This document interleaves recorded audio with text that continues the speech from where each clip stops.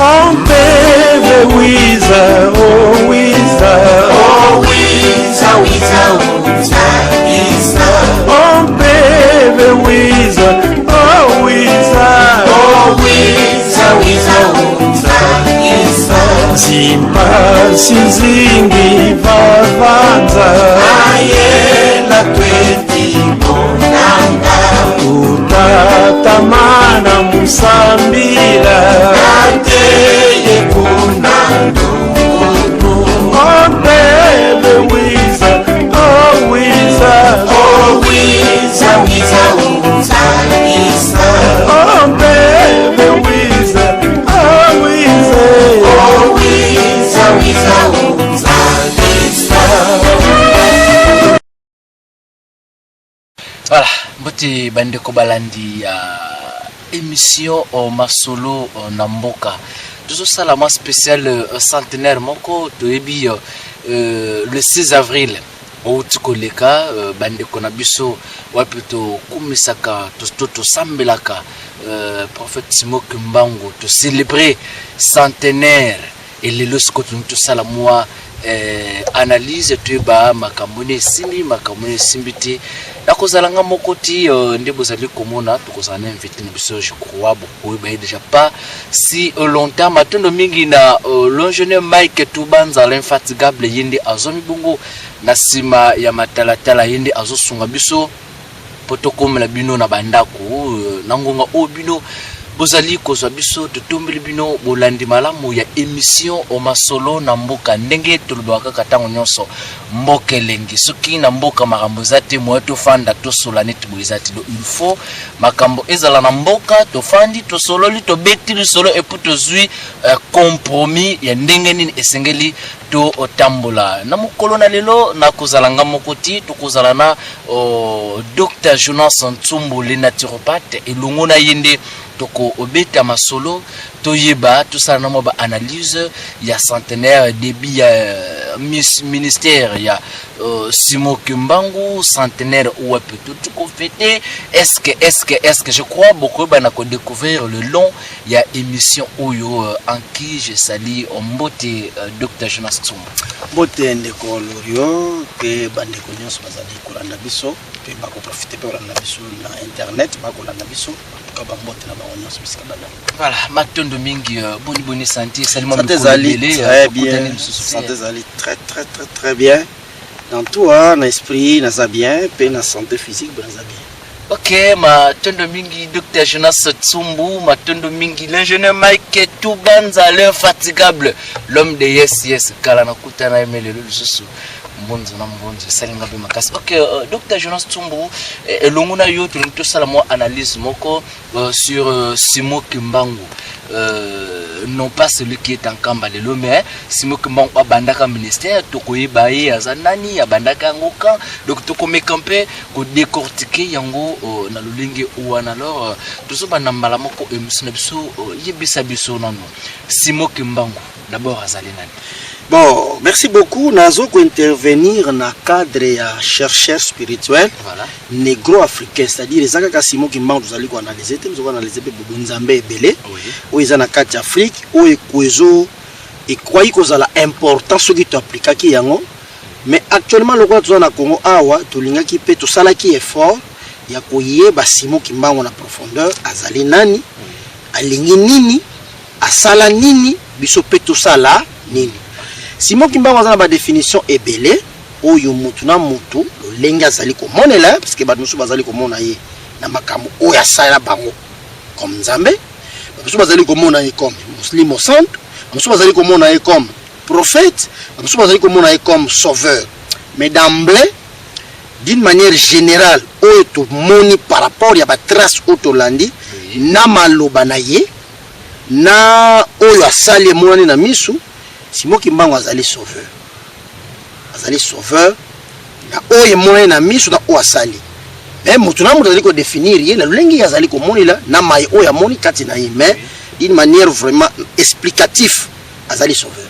Sauveur il y a race noire kaka ou il y a peuple africain opprimé. C'est-à-dire il y a ki mutu nyonso abengami africain. Ozali na poso oyo bisika nyonso ozali tango ozali opprimé na pasi na miniolo na mikakata na boloko na bowumbu nde Simon Kimbangu musala bapesaki ye ya ko résoudre likambo wana. Voilà, matondo mingi azali pona ba Congo te mais azali pona peuple africain nyonso bazali na pasi na miniololo surtout na tango ya bandaki makamba azalaki ba peuple africain presque nyonso bazaki na colonisation yango nde penza biti pe objectif ya. Ok, Dr Jonas en état chercheur spirituel au Ipsuso Simon Kimbangu azali sauveur maintenant pour na ba benga kaye prophète Nzambe yoko kolbana bona. Prophète oui parce que azoko fusionner sumi balé na prophète na sauveur. Voilà. Parce que a prophétisaki mais a sauvé. Là OK. Mais Nzambe c'est trop fort un peu parce que par tenant compte ya prière au apesaki le 10 septembre. Kuna prière wana adressa yango pa ya Nzambe pe asengaki to rendre gloire mingi na Nzambe. Nzambe nini? A précisaki ye Nzambe mpungu tulendo. Dieu tout puissant. Alors hypothèse ya Nzambe lokola ye moko alongolaki yango biso toza na stina ya kozongisa hypothèse ya Nzambe te. Voilà. Po ye moko alongolaki yango. Ye moko alongolaki yango. Na prière atikelaki biso lobaki d'ailleurs prière to sala yango matin midi soir. Kwa na prière wana déjà aéradikaki déjà hypothèse que yazali Nzambe. Mais hypothèse ya prophète oui parce qu'il a prophétisé, il prophète hypothèse pe ya sauveur oui parce qu'il a sauvé biso. Voilà, matondo mingi baimboka bozolanda émission o masolo ya mboka ou plutôt ça ko solana Dr Jonas Tsumbu yepsuso Simon Kimbangu azali sauveur azape prophète parce que banaki ko prophétiser Nzambe c'est trop parce que prière salaki ezalaki adressé et pas na Nzambe. Alors yepsabiso Simon Kimbangu abandaki ministère naika. OK, na ba transotolandi Simon Kimbangu ministère confirmation na ye to ko remettre ba tablier ya musala na ye ba puissance makamunyonso et salimaki le 18 mars to landi ba trace même dans l'église kimbangiste bazali ko reconnaître présence intronisation à prophète Simon Kimbangu tata mfumu mwananse mpe azo confirmer yango mfumu mpadi azali ko confirmer yango mfumu mbumba azo confirmer ba tumwa mingi oyo basalaki na ye bavivaki na ye bazo confirmer début à ministère to intronisation à Simon Kimbangu le 18 mars. Ne mwanda nsemi ndlongi ya Kongo ne makandala. Ce livre a été publié aux éditions thebookedition.com. Giantika kisaluka mfumu Kimbangu kunkamba. Le démarrage de la mission du Seigneur Kimbangu en Nkramba. Le 18 mars 1921, en se réveillant le matin, Mfumu Kimbangu dit aux habitants de Nkramba ceci. Ce soir, un ange du grand Dieu Nzambi Mpungu est venu me visiter.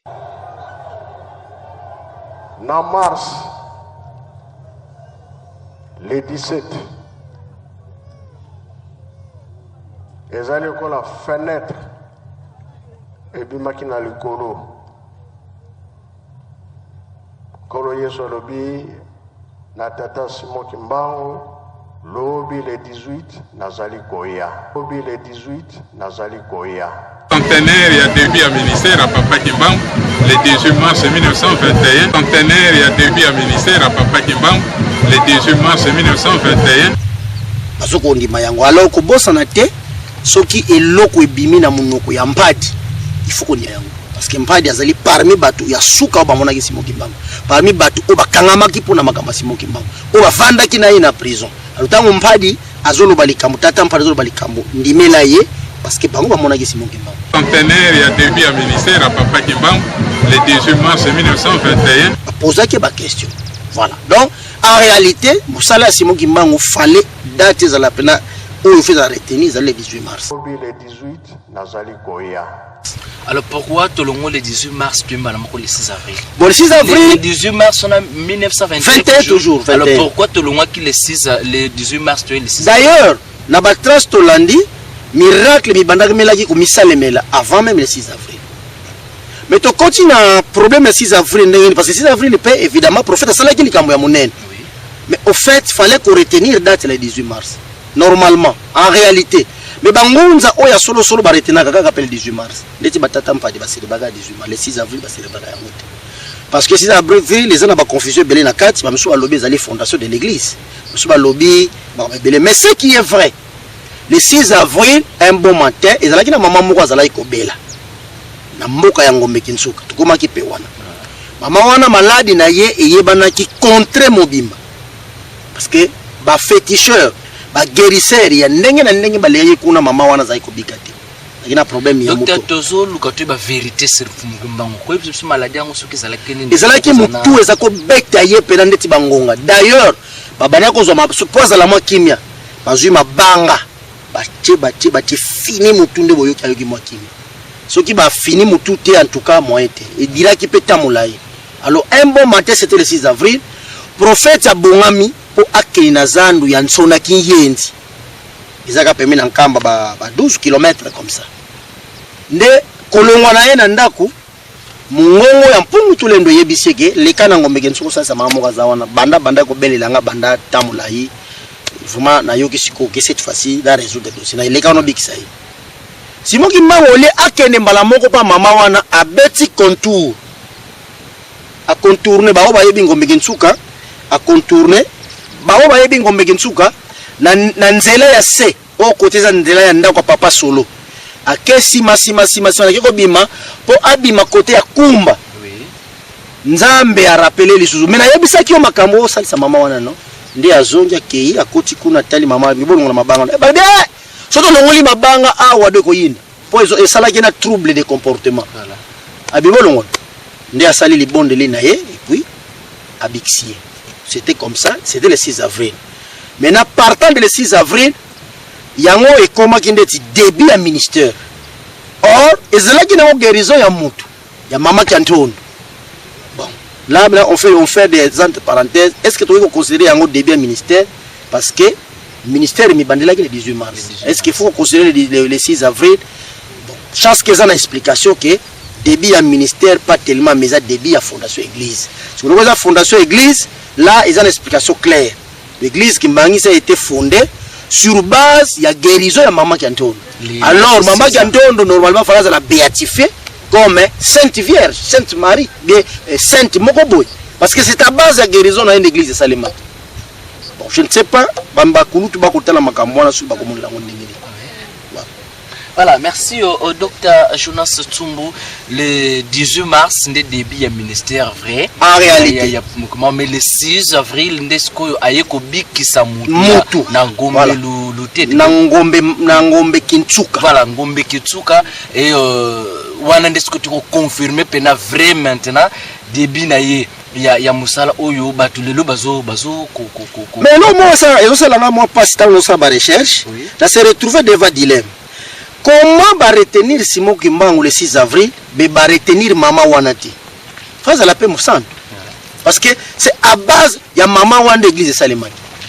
Donc dit que basal sa maman Wana c'est la conception qui mangiste ce qui basal sa qui maman Wanati de ce que l'église de Salimani. Or muto misaele qui déjà na nguya. Neti ndengeza kolo Yesu. Kolo Yesu église Salimani à base ko seko sa mwana mwasi fille wan to mona kala be Lazare te. Mais l'église est fondée sur puissance aux alaki nango. Mais biso si kotozo komona awawa fondation église est sanctionnée na ko bikisa mutu. Si ko be mutu ngo akomi musantu te. Baso ko lobela ye pété. Comprenez un peu d'emblée, ça fait un peu difficile. Mais retenons que le 6 avril quand même une journée moko ya monene parce que mutu pe bika kiwa. Voilà, merci docteur. Déjà, on souffle sur le Komoko et le 6 avril, les alakipé au début, il y a un ministère, il y a du côté église de fondation, il y a église. Alors, mais quand on peut expliquer ce place, ils allaient qu'à fondation église ou bien est-ce qu'ils allaient qui début, il y a insertion contre libération plutôt, il y a race noire ou bien début insertion contre époque coloniale. Bon, si moi qui m'a la salle d'église. Na ba trace auto la na histoire si mingi ba sala l'église te début ya église pesa la le 6 avril te bon na ba trace to landi mais ça qui mouvement oyo ya tchaki en place accompagné na révolution ezaki mouvement moko révolutionnaire pour combattre domination la colonisation. Est-ce que mouvement vous allez na combattre? Mouvement au fil de temps na moment wala tango bandaki ngo pesa combattre metangu et poussani moké je crois une semaine après 2 semaines parce que 6 avril le 18 dans le 21 ou le 24 comme ça et puis ça biso déjà une affaire de 2 semaines hein? Après 2 semaines les mouvements ont qui connotation à Kintouadi. C'est-à-dire Kimbango a belé la force à tout le monde pour combattre la domination de la colonisation. Yé mokonde mutapesa comme ne batu oba yakindi ba pesa comme na yé mokopé bref que Tatantoala n'a pas témoigné. Tatantoala n'a pas témoigné. Tatantoala ni parmi la première batu oyo ba monaki Simon Kimbangu en pleine puissance, il est pas à la pleine puissance. Kutani bango mi balé, c'est à partir de là qu'on a ba ko dégager Kintouadi. Toyo beza biloko teke Simon Kimbangu a créé ou bien batu ba créer mais ils ont collision et ça les marque ça dit rencontre na bango tant Tatantoala ni aye bakutani na Simon Kimbangu ba fait événement belé les gars qui wana les mots Kintouadi pour la première fois ibimaki le 24 avril mais de 6 au 24 bato zo ndaka mfumu Kimbangu Simon Kimbangu azote ya makambo ya révolution ba mindele fo bakende pays o mindele baza ba miyibi bozo ko mona te chef de secteur mundele uti Belgique ko ba chef de secteur na mabele na biso ezana sens dans le territoire mundele baza ba escroc tout ça ma matete ya magina période wana mais moki ntwa de 2024 témoin oculaire ça Tatantoala c'est là ba trace ou voilà docteur Kintouadi ezana kikongo est-ce que ko songa ba ndeko so na biso pe parce que Kintouadi na explication au landi ba trace spirituellement ezali Kimbangu Twalani Dibumbu. L'explication spirituelle. Alors explication matérielle. Oui. To physique to ko comprendre biso lisanga. Voilà. Na ba trace on to lo baboye, na ba recherche to sali, na ba trace auto rencontrer na ba archive. Voilà. Batondo mingi bandeko. Alors en fait tout soit Docteur Jonas mission na ivre. Est-ce que Kimbangu selon yo ba osali assemble rappel Jésus ou bien dans les sangano na Kintouadi il parle aussi de Jésus? Non. Parce que Simon Kimbangu a été chassé de Ngombelo Tete. Oui, pourquoi alors? Azalaki catéchiste ya missioni CBFC. Kasi na février atiaka matei mogoboy na Ngombelo Tete sur les AI 15 ou 16 comme ça. Alobaki ni atangi na yebi mais na développement na ba trace to landi makamna oloba or ngana zangunza tiki na zozo yango na inspiration peut-être ba mfumu weti kunkamba na koma ki na Ngombelo Tete vérifier ba archive contact en contact na ba Genix bazalaki awa vérifier ba archive poto ye ba vérité réellement ezalaki pene lokoni alors matei wana teki kuna ateki nini tango ateki na ye alobi mikolo koya batetana ba mama lion nanda bakolala ndako moko bakolesa na te ndaba bakolala ndako moko na pondo muninga ndaba bakolia pondo te mikolo koya susu bakolala na mbese esika moko me bakolesa na te mikolo koya libanga moko te ekozali likolo libanga soki ekunguti ke kwite c'est-à-dire libanga ekozali likolo libanga ekozali deloki izalaki matei moko ya kotalisa même lelo yo na force mais kozala na moment force na yo ekosila alors amisilisaki matei te Jennings bazalaki chef de paroisse alongwe na podium aye ti place Kimbangu azalaki sachant ya alingaki a souffler Simon Kimbangu quelque chose a gifler iloko nous le bawana partant de cette gifle Simon Kimbangu abimaki alors bato balandaki culture wana balandaki yepe kaka siko na Ngombelo Tete et peut-être déjà moi trouble na paroisse ndeko longa na Ngombelo Tete aye na nkambo parce que tozana historique na yete comment akomaki place mais tozana historique par rapport autour ya centenaire autres okofiti moi to kota ko ça mais na salika mako funa entre parenthèses maintenant partant de ça Simon Kimbangu a renoncé na chrétienté soki toza azalaki chrétien alors Simon Kimbangu allait okutana na ba protestant na ba catholique na tribunal il va sambisa gete parce que abimeli pa ina bango koyeki bazaki mutu ofo ba encadrer Est-ce qu'aujourd'hui, ceux qui ont abîmé la CBFC, il faut fonder un tribunal? Non. Mais le plaignant principal, il y a Simon qui m'a l'église catholique. Il y a tout le monde qui a pour conflit, on a payé non, mais ici on parle que de la colonisation. L'acte protestant, on ne pas et parcours nous à Simon Kimbangu, à Tikalaki les sous d'ailleurs, il combattait cette chrétienté. Ceux qui combattent la colonisation, c'est automatique à combattre le christianisme. Parce que tout côté qui n'a pas de christianisme. Quand on combattre la colonisation, c'est inadmissible à combattre la colonisation, à combattre le christianisme. Donc, en regardant comme ça, même aux Amaïs, il était déjà sur comprendre que Tata ou Azagi chrétien. Même ceux qui ont jugé, comme ça, la émission, on a jugé, et puis on comprendre que la réponse, c'est là qui en faveur la chrétienté. Donc, si moi on ne fit pas chrétien. Il fit chrétien, mais pendant le ministère, non, non. Voilà, merci. D'ailleurs, preuve qu'il y a prière le 12 septembre, le 10 septembre, pardon, qu'on a prière ouana a invoqué qui va grand esprit de Banembumbalo, Banempinanza, Batominene, Minene, il y a monde cosmique africain. Et en mettant vraiment une pointure là, et pas y a Mpongutulene. Alors la prière ouana combat Jésus Zalité. C'est là qui nous montre déjà que non. Tata ou azalaki sous na chrétien na nzoto na yedi. Et ça ko combattre. Voilà, bandeko bosolanda biso, boso sosola. Malembe tozokende pambati balba toujours TV et la ndengonga mais tozokende malembe Dr Jonas vraie mission ya prophète Simon Kimbangu. Ezalaki. En résumé vraiment na kotala ngona koyoka nyoso. Il était là pour combattre, Monsieur Simon Kimbangu, pour combattre la domination et la colonisation arabo-occidentale. Monsieur Simon Kimbangu. Juste pour combattre la domination et la colonisation arabo-occidentale contre le peuple noir opprimé. Simon Kimbangu a dit que Bundisa Boumbo. Voilà.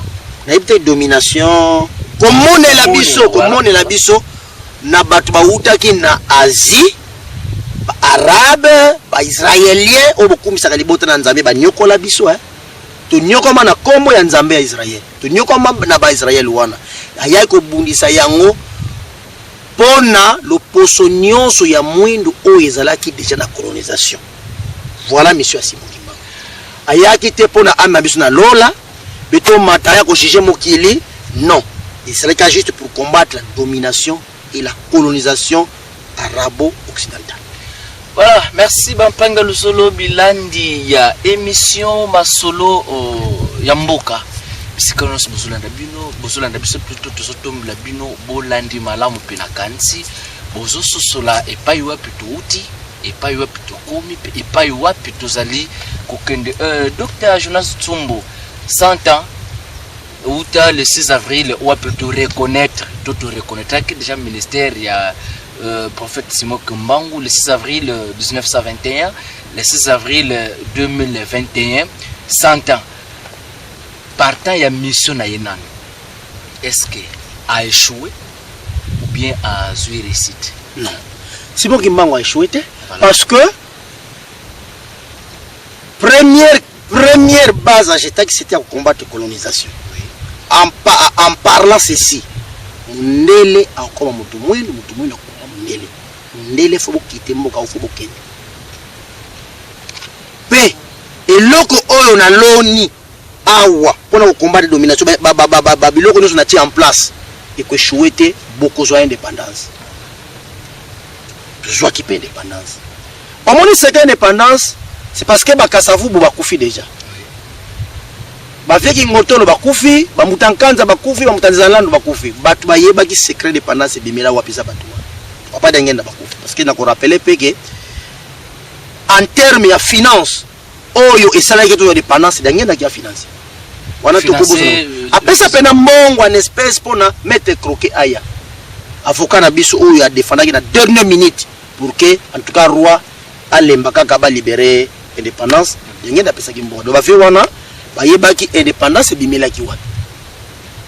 Vous comprenez? Donc aïchoua quitté parce que manso alobaki na kozwa indépendance ekokana ki ndenge wana, manso alobaki après indépendance ekokana ki ndenge wana. Et puis tozali na bilaka ofo ekokisama alike ba vie ba weleli ba mitie ba bisika bilaka wana, mais eza bongo te parce que Kimbangu a défini ça tel le lenge bilaka ekokisama, mais alobi ke bozela likambo bozela likambo bozela likambo bozela likambo. Et chaque époque chaque bilaka atie basini tokomona, chaque bilaka atie basini tokomona ndeti uti ko sala boye bilaka aussi alobela yango ne wana après kozwa indépendance bato ba kokonza mboka ba kozala sous-titré la mindele. La période wana bokomona bato kolingaka koloba français kolinga ba langue mindele kokene kofana na poto kulana ti mindele kulata ba mindele tomoni yango ne. Donc Kimbangu en soi na kiyemoko aishwa ki te récit des total à 1000% d'ailleurs. Voilà. Atondo mingi bapanga luzulu peut-être que bozubiso na katikati nazali ko rappeler bino ete bozali kolanda émission masolo ya mboka tozali kolobela mama na likambo ou apezali spécial centenaire. Est-ce que ça échec ou bien ça réussite pour n'entendre na biso bongo intervenant invité ya émission o eza bongo les naturopathes Dr Jonas Tsumbu elongona yende tozo solo la tozo betel solo ya prophète Simon Kimbangu pe to komi na centenaire esika yo ozwili biso. Alors Dr Jonas Tsumbu, Simon Kimbangu le sauveur, le prophète en lui a échoué zana réussite parce que makambo déjà oye alobaka yango to somona lupe ezali beaucoup ça maintenant pour na biso après 100 ans zana réussite ou to zana échec Biso to échoué par rapport biso to échoué parce que batu o basalaki ba église na komba Simon Kimbangu. Alors ba église wana fallait la fonder autour ya combat, autour ya lutte. Libération évidemment salimaki, mais il nous a dit que tant que vous avez indépendance so bosali attention te ba konji wana ko diriger ko toujours na société la mindele. Ezalaki déjà blikebisi. Tant lori ba yebisi ok non. La pesio par exemple le pa ngoto zali. Kasta ko tonga ndako soki otongi yango na ba brick ya mabele ndako wana na ndimite ke kozala. Ero ko tonga ndako sani mabanga no. Fondation mabanga ba brick ya ciment, c'est ko tonga na ciment po ebike si ba prévenant ngai place wana avec ba brick ya mabele ciment. Siko biso ba prévenant biso bat o ba ye ko sala ba église na combat Simon Kimbangu basali combat continue na combattre combat ezalaki ya ko continue parce que le prière o ya bo continuer ko sala yango kino na ti donc tant ya ko sila sa prière o ezate c'est-à-dire combat ezo ko continuer ata tozo indépendance mundela ko tika ta ko luka ba mécanisme mususu ya ko décoloniser ya ko coloniser biso lisusu c'est-à-dire tant to ko so indépendance to comme libre il faut ko continuer ko landela. Mais lelo oyo colonisation tozongisi yango par entremise ya Fonds monétaire international, ya ba Banque mondiale, ya Fonds monétaire international, ya ba FMI, ba PAM, ba tout ça. Tozongisi yango ya ONU tozongisi yango. Donc c'est-à-dire en termes oyo biso fallait to sala na ba principe, na ba instruction oyo pesa ki to échoué. Lamentablement parce que ba église union so ba lobby même yemo église kimbangisi dans terme ya combat. Nini ya sali? Sali yelo kote. Même bamfumo ba sali ba église na kombo ya Simon Kimbangu. Ba église mosusu kutu combat eza limité. Ezaka o ba kongo kaka. Ba mosusu combat ezali ezaka pona bala mosa bayini. Ba mosusu combat ezali donc osomona comment moko non précis par rapport au programme ya Simon Kimbangu. En termes de colonisation, tout ce qu'on combat de l'autre côté. Donc c'est dit biso à part na biso to échouer lamentablement. C'est comme ça qu'il y avait à 100 ans après, il faut toujours en marche arrière total. On peut faire encore quoi pour na kozonga na kati combat mais bango nyonso bangunza ponga na za ngunza tinga pe na sambela kana ngaite na chercheur il faut qu'on rappelle que bande ko eloko wana parce que ba iko cha bango ma trouble ya komi ngunza yes que ya ba bien qui nazali chercheur spirituel et négro africain na ndenge na taleli na ndenge na sali ba évaluation par rapport à combat biso na époque na biso de 1921 toujours même 1951 prophète akufaki tina mokolo malelo combat na biso to salité donc ça dit combat stoppa déjà stoppa tout ça le moti tout ça vraiment na zéro même pas 1%. Matolo mingi Dr Jonas yebisa biso eloko moko to na mokesima le sauveur Simon Kimbangu aluba asala mouvement au tobengi na combat kintuadi kintu adwana ezalaki kokabana tsali to sala biso no se sikamoko maintenant d'où était venu combat kimbangiste combat qu'est-ce qui a fait ça? OK, bato bakangama na Simon Kimbangu na ba trace tolandi bakangama na combat kimbangiste, bakangama na kombo ya Simon Kimbangu yemoko, ba mesu bakangama na kombo ya Nzambe Mpungu, parce que après l'arrestation de Simon Kimbangu il y avait un décret oyo roi azwaki pe en complicité na gouverneur azaki na tango wana kombo ya Simon Kimbangu kuyoka na lisusu te, kombo ya Nzambe Mpungu oyo Simon Kimbangu ko renouveler oyoka na sute, parce que Nzambe wana Mpungu Tulendo déjà roi a mis préfénaka bango avant ba yabo ba colonisateur ki tango bozo kine na Congo boza la prida batro ba na Nzambe. Du roi Léopold II à l'arrivée des missionnaires au Congo belge de voir des prêtres et pasteurs blancs dans cette patrie. Révérend père, pasteurs et chers compatriotes, soyez les bienvenus dans notre grande patrie du Congo belge. La tâche qui vous est confiée de remplir est très délicate et demande beaucoup de tact. Prêtres et pasteurs, vous venez certes pour évangéliser, mais cette évangélisation s'inspire de notre grand principe, avant tout, les intérêts de la métropole. Le but essentiel de votre mission n'est point d'apprendre aux Noirs à connaître Dieu. Ils le connaissent déjà depuis leurs ancêtres. Ils prient et se soumettent à Nzambi Mpunu. Le but essentiel de votre mission n'est point d'apprendre aux Noirs à connaître Dieu. Ils le connaissent déjà depuis leurs ancêtres. Ils prient et se soumettent à Nzambi Mpunu. Vous êtes très très très prudent parce que makamunios oyo Nzamba pekisa bayebi yango déjà. Alors tant on peut baye ba neutraliser biso na manza Congo kombo ya Nzamba Mpungu ebungaki nango ebungaki bena totalement tokomi na Yawe tokomi na ba ala ba bu biloko belebele. Mais tant Kimbangu aye a renouveler lisusu Nzambe wana ale mundela tele Nzambe oyo yango to pekisa ki bango bazongisi lisusu. Donc maintenant il fallait combattre lisusu. Do bato bakangamaki na kombo ya king église te, bakangamaki na kombo ya komba, bakangamaki na kombo ya lit, bakangamaki na kombo ya Nzambe Mpungu, bakangamaki na kombo ya Simon Kimbangu. Mais d'où est venue l'église? L'église jusqu'à le départ de Simon Kimbangu, l'église est à la guité. Il n'y avait pas l'église, il y avait toujours le mouvement Kintwadi. Et après son arrestation, nana bana kokamba mouvement wana. Kokamba ma ezalaki lisusu te, batu batikalaki ndenge wana. Alors moi entre parenthèses moko ekotikala tellement Simon Kimbangu bandaki makambo na nkamba batu bazalaka na foi ya kokende kosokolaka na mai wana bana kosalisa. Vous comprenez?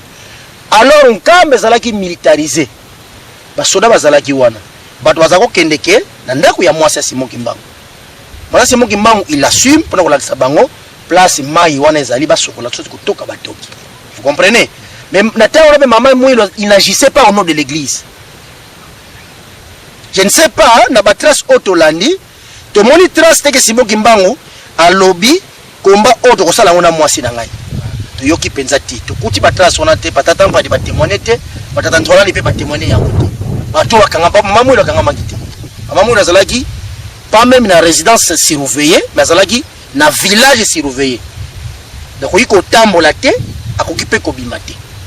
Na village surveillé, mais azalaki na résidence surveillée bakanga na yebete. Ça la bazo s'évader na ba occupation na ye mais sous surveillance vous comprenez. Maintenant église ekoya ko salema à partir ya Diangenda. C'est comme ça maintenant batu nyonso bazaki na Kintwadi bazalaki d'accord na ko placer Simon nani Diangenda au sommet de l'église. Bazaki d'accord te batata ntwalani batata mpadi bato ba utaki na Bowumbu na Lubumbashi na Équateur na mpanzi wana nyonso tango baye bakutila Diangenda azwi mikanda ya église bamindele bayebisie on peut vous libérer de prier mais à condition il faut mettre la chrétienté à l'intérieur. Papa Diangenda pe amonaki pona kozwa mikanda na facilité fallait qu'on ait ma condition bazwi mikanda baye kondima église na 1959 le 24 décembre demi église. Alors tango bakulutu baye bavie Bamba, ba Viempadi, ba Vewonda, ba Tantwalani, ba Vekimosi, ba Masamba Ezayi, ba Kulu tutango baye. Baye ba kutila Diangenda, azana mikanda ya église. Ils allaient le bosso église dédiée par son prophète Simon Kimbangu. la mise au point esimbaki te, c'est comme ça va bazo mikanda ba eko l'église de Jésus par son prophète Simon Kimbangu. Tant bazo mikanda wana etiaki sikoyo difficulté na bakulutu o basololaki na Simon Kimbangu ba adhérer na vision ya Dangeni. Alors bango ba bazalaki na difficulté bakoki kosambela te parce que bazalaki na mikanda te. Papa Dangeni a transigé na position na ye soki bolingi là vous adhérez na vision bangana za mikanda. Bango pe ba transigé to ko adhérer te po yozali mwana okangamaki pete oyoki bakampapa tikite transigence wana salaki ke moyen qui ne doit exister les soso ezalité moyen balanda sous Dangenda ezalité alikomaki mutu na mutu asali eloko na ye ba o bazaki ba papa ba mikufelaki basali ba église na ba kombo ya papa na bango hadiste tolaniste tokwiste si ba utoko tokwiste le monde il ngena sali kembangiste mais o ezali ya bien bango nyonso bazo ko reconnaître suprématie ya Simon Kimbangu. Donc voilà. Partant ya calcul l'église Kimbangiste azali na 100 ans. Batondo mi azali na 72 ans. Bapanga luzolo église Kimbangiste ba yipsuza na 70 ans na 100 ans. Merci au docteur Jonas, tout ça poursuivre toujours le solo ya centenaire kalati tumiko ça. D'abord par rapport à centenaire otukolika. Tulandi décision chef de l'État wana na kamba kuna. En fait kozwa ni tuko ko retenir ce centenaire. Engto bananu chef de l'État lobby message moko bo apesi ka suka kuna que non tozocha le 6 avril journée moko chômé et payé en les deux chefs boke no kofanda nanu boyoka na suki to sala ngo ndenge nini et en plus abakisi na suka kuna bolingo mibeko misala bolingo insiste que je crois na bolingo na mbala misatu c'est pourquoi ingénieur Mike na sima matalatala chelebsino élément ngo bolingo bolingo bolingo na kati na bino bandimi ya Kimbangu bomoko mibeko pe misala yango nde elonga na kati na bino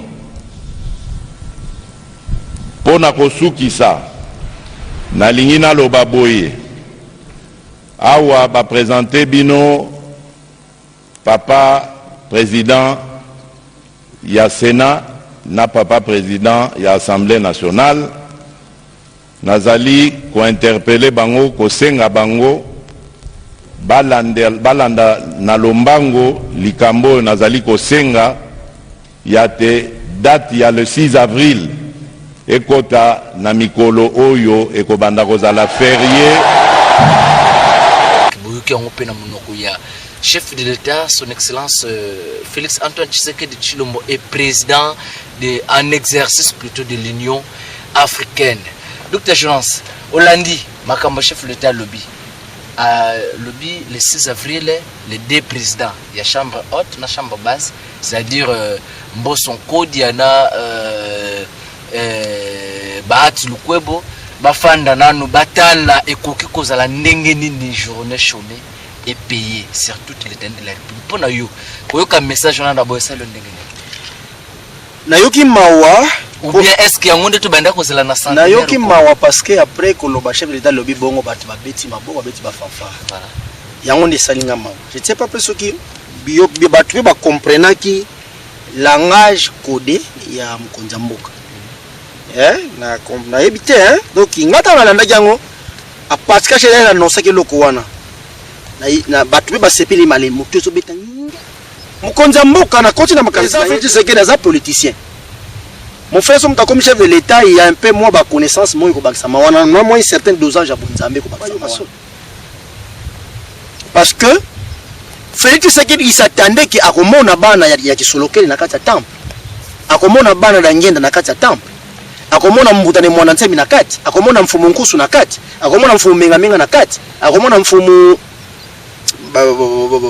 mfumu sunga na kati akomona ba mfumu ebele na kati bayete alors ils appellent batu bazali ko pesa coup de pouce pour na makamba Simon Kimbangu y avancer ko leka même bango ba Kimbangiste alors tant Mkonza Mboka avant annoncer ba décision wana a insister bolingo bolingo bolingo bomoko bomoko bomoko bolingo bolingo bolingo na kati na bino bandimi ya Kimbangu bomoko mibeko pe misala yango nde elonga na kati na bino.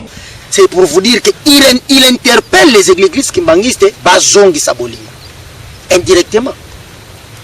Mon frère, jour férié kocha yango ezo senga bakrobasie belete. Oyo kaso na décoder yango. Mukonza mboka akwaki na yeko no biloko wana kaza temple te. A lobby discours na ye après que na inaki après des jours yé a kamati ordonnance état que garant de la nation. Et c'est la bacrobacité, il prend une ordonnance à Bambi. Ici, avec le comité férié et chômé. Konzamboka. Ou bien le conseil de ministres. Vendeli Yango, conseil de ministres décidé, le ministre de la Travail et Prévoyance sociale, tout le ministre de Travail, hein? Kamati arrêté à Bambi, sans pourtant passer dans la bacrobatie. Maintenant, nous pour la journée chômée et payée. Normalement, il fallait commencer à élever na Ramokobo. Vous comprenez? Alors, certes, on avait des informations. Il y a élevé Simon Kimbangu, héros national. Vous comprenez? Oui. Maintenant, il y a un niveau, il y a ordre des chanceliers. Le chancelier, pour la procédure, c'est parce que autour de Simon Kimbangu, il y a il faut lever mon qui après un temps baba na opposition. Ils ont honte pour la République. Alors, papa Simon Kimbangu yangane, le roi Zaki na information loko wana. Il y a travail d'abord d'assainir le climat. La quatre églises, c'est-à-dire que koutana bande konaye pas en termes ya ba chef spirituel adjoint, mais en termes ba cousin. En termes ba cousin, moi na papa liko makulutu, papa kulutu ba soigner. Basali une communication et babengisi ba lorio vite ba nekonanga Mike Tuband, ba journaliste. Bon, à partir d'aujourd'hui, en termes de famille na biso tozonge bien ba simbani pa ba tumuli maboko. Première chose. Et Simon Kimbangu Kiangani a convoqué les étages et les conclaves, tous les chefs spirituels. Ba vandi ay batalisi bango grandeur à Likambo, ba se collader ba pesani bolingo pour que ba élever une fois pour toutes combat Simon Kimbangu. Dans ce cas centenaire, il y a fait améler na Nkamba, il y a fait améler na Kinshasa, lever Kimbangu, héros national, et Mukonjamboka Kamati ordonnance à Bambi pour na férié, il y a jour le 6 avril. Mais réalité, contexte, tout ça n'a pas l'élo, et ça m'a bah élever Simon Kimbangu comme héros nationalité, parce qu'en réalité, Simon Kimbangu a été réhabilité par le président Mobutu. Bah élevé na ordre de léopard, les grands cordons. Donc, déjà Mobutu, ça l'a dit un pas. Mais mon tailleur ko baby sa réhabilitation on a kaka yemo ko papa Simon Kimbangu Kiangani. Na en quoi a procéder sous une révision ya procès. Oh déjà ba réhabilitation qui Simon Kimbangu on doit tout ça là ya ko funda nde Belgique. Na ba atrocité o ya sala ki na 37 000 familles au bakangamaka na douleur na passe na o ba sala ki na Simon Kimbangu pour tout passer na ba dédommagement.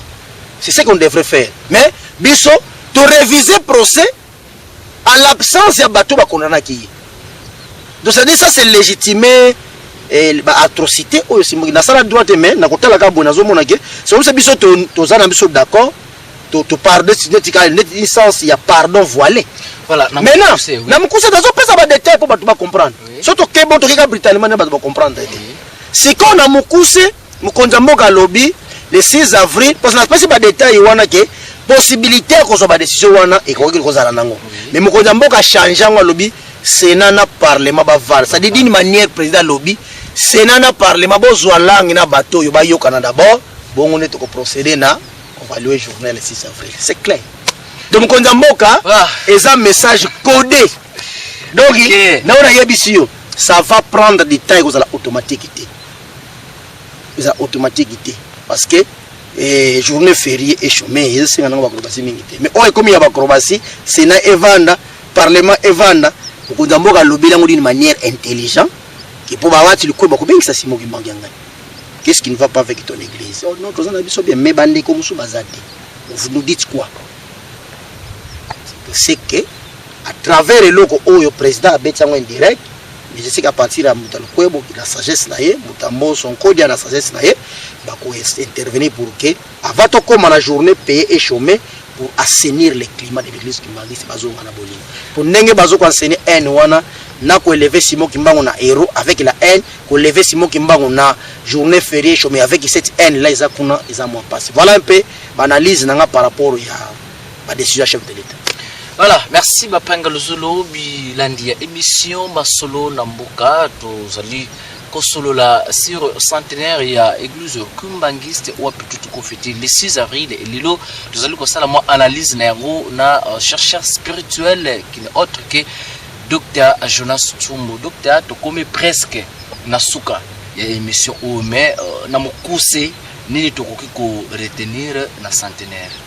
Voilà bataba maman na centenaire oyo to commettre ba erreur rebelle to commettre ba bêtise rebelle parce que moment où tozali zalaki moment mais to avancer mingi na combat mais les ba konja l'état bazo ko pesa biso sous conseil te ne biso nde mutu tozo ko te ya bango ko lakisa bango prophète aloba nini atika message nini et lelo comme le contraire politique bandi ko te ya biso to yoka son. Donc na santa oyo to sali penza eloko tantiari ya combat que chacun de nous de ce qui lui concerne atala en termes de combattre colonisation et domination à sali déjà nini et là on nini déjà si au sali yo chef spirituel n'est comme bien gawana répéter légal l'église na bino parce que vision Simon Kimbangu ezalaki te ke kino na mokolo lelo tozozela ko tozokontinue kozela kisuka Thomson ezo utapoto grain na loso ezo utapoto to continue ko lata elamba ezo utapoto to continue ko lata ba kaleso mundela lata to continue ko lata ba ketch mundela lata ba bilamba mundela lata calcul na ezalaki ndenge wana te parce que calcul ezalaki ya combat de domination dans toutes ses formes kino mokolo lelo tozana mbongo te mbongo nyonso za en dollar kino mokolo lelo eloko nyonso va esalema faut que la communauté internationale kino mokolo lelo tozali na sous la guerre na est kasi tozana Monesco awa wasali c'est comme si biso toza basi bibali faut ba uta na communauté internationale pour la biso guerre 20 ans après guerre zali ko silate mécanisme moko ya ko silisa guerre ezoko zo amate 100 ans après kino mokolo lelo tozo continuer ko régler ba situation na biso na parlement national na langue ya français o ezali sali makamno tozo ko kanga na parlement mundela zali ko yoka yango na ba loi nyonso taillé sur mesure yenda zali ko pesa biso azako yoka tozo ko kanga wana 100 ans après mutu mwindu devant mundele azoko répondre kaka te lelo même chinois a prisonnier kuna ye aw aza chef un ingénieur abimi na université na biso aza contre-maître tout ça colonisation yango wana 100 ans après batu bakosala usine ya ezosenga nango 2 hectares bakangeli biso 350 hectares batie wana maleme mabela kongo zo koteka moyeto revendiquer izate 100 ans après ba opérateur économique ya mboka babandi ko kuya bandi ko zonga kosala bilanga parce que ba mundele azongi na forme mususu ba magasin ekomi na maboko na bango bakomi koteka na détail o biso to ko sala ba viena ngai babandi ko kuya 100 ans après économie nyonso mboka na mboka ba libanais na maboko ba indien na maboko tout ça. Donc tomite la place tozali 100 ans après par rapport à combat au Simon Kimbangu a en place au combat de domination et colonisation tout ça lié le côté. Maintenant ya mawezali nini lelo ningi tozali koloba lelo to kotina ba conflit na biso fumune mwana nse maza kolinga fumu kosote fumu kosa kolinga menga te fumu menga za kolinga fumu sunga te fumu sunga akolinga kyangani te fumu kyangani akolinga ntwalani te fumu ntwalani akolinga matai monda te matai monda kolinga mutambumba te. Donc autre zaki nango après 100 ans yango kaka suto kotina ngo avant 100 ans on to kotina ngo après 100 ans c'est que ce qui te change méthode de faire les choses te batu oyo bakoya kokuta supo biso to kotina 100 ans oyo to kobima susu te batu mususu bakoya ko sala 100 ans mais na tango bakoya ko tuna tango basalaka 100 ans libosa Simon Kimbangu bilan nini bani ko batongaka misère batongaka musique batongaka suki dispensaire basalaka défilé est-ce que ça na sens ngai nazali komona ndeko Lorio na ba bêtise to so commettre autour ya Simon Kimbangu risque na biso ezali bana oba ko remplacer atamba ko comprendre que biso tant to vivaki to bimaki bango na ba erreur soki bango bazoyoka passe biso ne to doaki yango je crois que bako timola na ba cimetière na mikuwa nyonso ba groupe sika moko ba tumbi yango pour effacer génération na biso nyonso. Donc tozonga nanu na mfumu Kimbangu à travers son combat ya ko combattre domination na colonisation. Voilà on va corriger. Voilà, merci docteur to côté manabiso ingénieur to tellement manabiso nanu parce que tu comme presque na suka to tellement na docteur to komi na suka docteur Jonas na mukuse le susu na ndenge ya suka to que le beti biso Fumukumbango azalaki nani Ipsipsa azalaki sauveur également il fit un prophète parce que prophète aussi de la part il y a Mpungutulin donc le Dieu tout puissant. Alors à quoi sert bon il y a ba chef spirituel dans l'église. Ba chef spirituel baza ba escroc, baza ba tolokuta parce qu'en réalité même ba chrétien ba kozana ba chef spiritualité. Même ba croyant ba kozana même ba kimbangi c'est ba kozana chef spiritualité parce que quand on dit chef spirituel ça dit mukonzi ya bunzambe. Alors tango déjà Jésus a les colonnes bino, c'est lui le chef spirituel. Yo ko za chef spiritualité. Maintenant confusion zali na bato bazali chrétien kimbangiste. Chef spirituel Jésus est présent, chef spirituel Kimbango est présent, et il y a les choses chef spirituel. Je ne comprends pas. Hein? Est-ce qu'ils ont une explication ou bien un sens? Mais, le chef spirituel, en réalité, dans le côté de la centenaire, il faut pas la fonction. Même l'État sur Nabiso, il faut un représentant légal ici. Donc, chef spirituel, les assunati, à mon côté, parce que les grands chefs spirituels, n'a pas de Kimbango, c'est Kimbango. Les grands chefs spirituels na bato bani melaraye ce Jésus. Donc biso to koza la chef spiritualité parce que message to zali côté ya mission to zali ko sala to zali ko appliquer moto asala yango ayebani na kombo na ye na moma sala yango. Donc sans bino boza so chef spirituel les alités. Donc grade wana bolongo na yango parce que boza vraiment ba aventurer, bo aider ba jeunité pour na ba développer et ba fungola cerveau. Le contraire, si c'est pas jeune, bino bokomi na mbongo, bokomi kolata bien, bana bino kotanga bien, bozutamula mituka bien, mais batu oyo bandimeli bino comme chef spirituel en retour, bozongi seli bango eloko te ni lipamboli, ni misala, ni mutu esala, ni mboka ebonga. Donc, titre chef spirituel à partir que ya to Lexi Santa oza sonatina mo. Merci ndeko balandi ya émission Masolo na mboka Dr Jonas Totondi Botondi parce que on répondaki na invitation na biso. Merci beaucoup. Merci vraiment bapanga lusolo tokomo na biso na suka. 100 ans yango tutu kolikisa depuis prophète Simon Kimbango abanda ministère na 100 ans. Déjà mutanuni atiki héritage pa bana nae. Siko na 100 ans yunanga tozokende wapi? Tuutu wapi? Petukomi wapi soko lingi ozala invité na biso prochainement benga biso kaka na numéro oizawana tokoyeba na kuyamba yo pe tokosolo matondo mingi na Mike Tubanzo azalaki na sima matalatala matondo mingi na bino nyonso obolandi biso totomli bino bukolo malamu. Merci.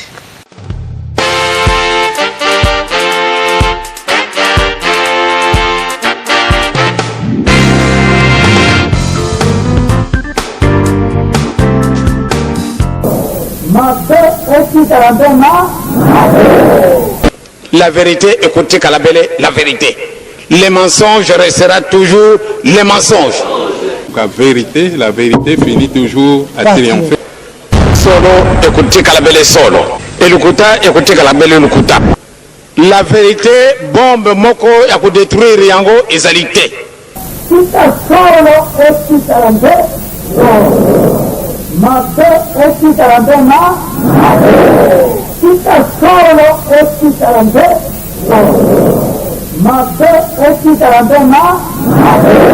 Tazaleko kende qui vivra verra. Okay.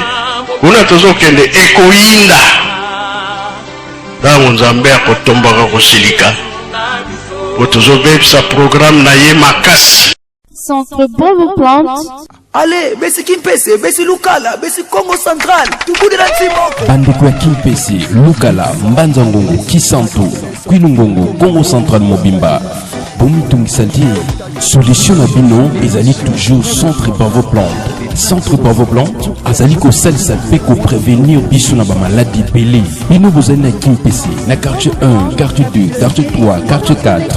Centre Bravo Plante à votre disposition. Tozaliko traité 33 maladies à base de 119 plantes médicinales. Dans Centre Bravo Plante, on a le bico ezalika kana à base de 119 plantes médicinales. Na oitali traitement et prévention. Dans Centre Bravo Plante, bakisi nyonso ezali na dosage nango. Soko ina Centre Bravo Plante, en tout cas kozala décidé okozwa mbala moko lo bico kaka na bakisi oyo et salami na nzela nzela banzete kis lokola kamasongo ezotraite hémorroïde infection na nzela masuba estomac na badouleur musculaire pomade de vedila ezosalisa maladi ya po mpese kwakara to mpe makwanza mpe lisusu bafilaire tozali na oil sukula ezotraite sinusite toza na poudre ntsukumisi ezali kotraite éjaculation précoce kozanga appétit hémorroïde toza lisusu na tikitala ezali koprévenir tension douleur articulaire mpe na baglycémie pomade nkindangolo ezotraite badouleur articulaire musculaire fièvre mpe brûlure poudre ntanini ezali mpona prévention mpe traitement ya cancer na glycémie toza lisusu na poudre wa ndianga ezali mpona prévention mpe traitement ya gastrite toza lisusu na biokongo ezotraite diarrhée gastro-intestinale douleur musculaire toza lisusu na biokonda ezosalisa asthme angine douleur rhumatisme infection respiratoire poudre ntiwamene ezosalisa carie dentaire bana ya kimpese lukala mbanza ngongo kulungongo kongo central mobimba papa mama eloko ni ezotungisa yo stérilité kozanga mabota prostate faiblesse sexuelle sinusite infection urinaire ya kambangu na centre Bravo Plante. Centre Bravo Plante ezwami na avenue Makombo numéro 1 quartier de bis Kimpese sokoni kobenga 089 53 72 549. Centre Bravo Plante eza ouvert mikolo nyonso de lundi à samedi de 8h à 14h. Ceux qui ont écouté notre docteur Kolia et l'autre côté.